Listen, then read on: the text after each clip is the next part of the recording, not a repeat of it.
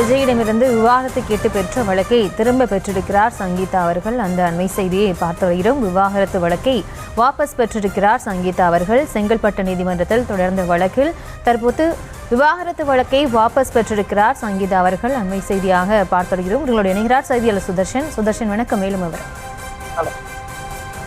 வணக்கம். முதல்வர் விஜயுடைய மனைவி சங்கீதா குடும்ப நல நீதிமன்றத்துல ஒரு வழக்கு ஒன்று தொடர்ந்திருந்தார்.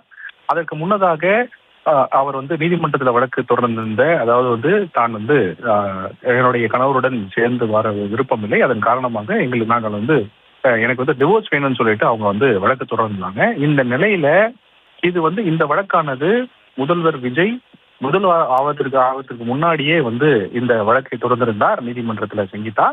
அது ஒரு பெரும் பேச்சு பொருளாக அந்த டைம்ல பேசப்பட்டிருந்தது. தற்போது இந்த வழக்கை வாபஸ் பெற்றிருக்கிறார் முதல்வருடைய மனைவி சங்கீதா. இந்த வழக்கானது தற்போது அவராலேயே நான் என்னுடைய ஃபுல் கான்சியஸ்ல தான் இந்த வழக்கை நான் வாபஸ் பெறுகிறேன் அப்படின்னு சொல்லிட்டு அவங்க அந்த வழக்கை வாபஸ் பெற்றிருக்கிறாங்க.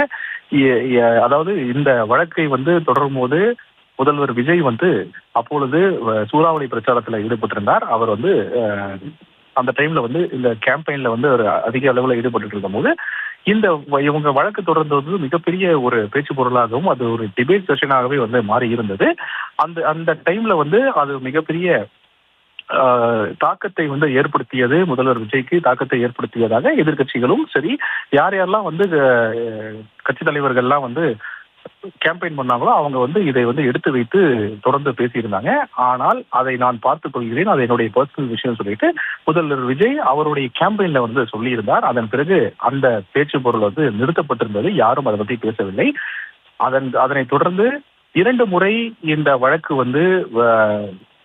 வாய்தாக்கு வரும்போது சங்கீதா சார்பில் யாரும் ஆஜராகவில்லை.